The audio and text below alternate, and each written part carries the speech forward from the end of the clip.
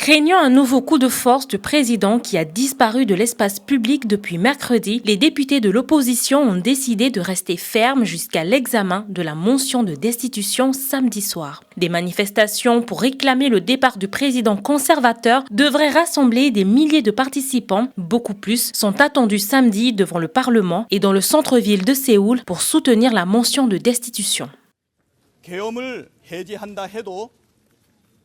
Même si la loi martiale est levée, il ne peut pas échapper aux accusations de trahison. Il a été clairement révélé à toute la nation que le président Yoon ne pouvait plus diriger le pays normalement. Il doit démissionner immédiatement. C'est le peuple qui décide.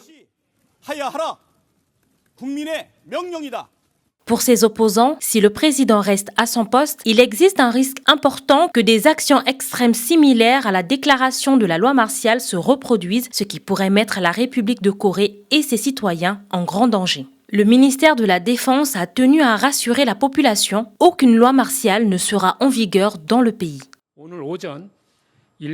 Les allégations concernant la possibilité d'une seconde loi martiale évoquées plus tôt ce matin sont complètement fausses. Même s'il y a des demandes de déclaration de la loi martiale, le ministère de la Défense et les chefs d'état-major interarmés les rejettent absolument. Si la mention est approuvée, Yoon Sung-yeol sera suspendu en attendant la validation de sa destitution par la Cour constitutionnelle. Dans le cas où elle est confirmée, une élection présidentielle aura lieu sous 60 jours et l'intérim sera assuré par le Premier ministre Han Duck-soo.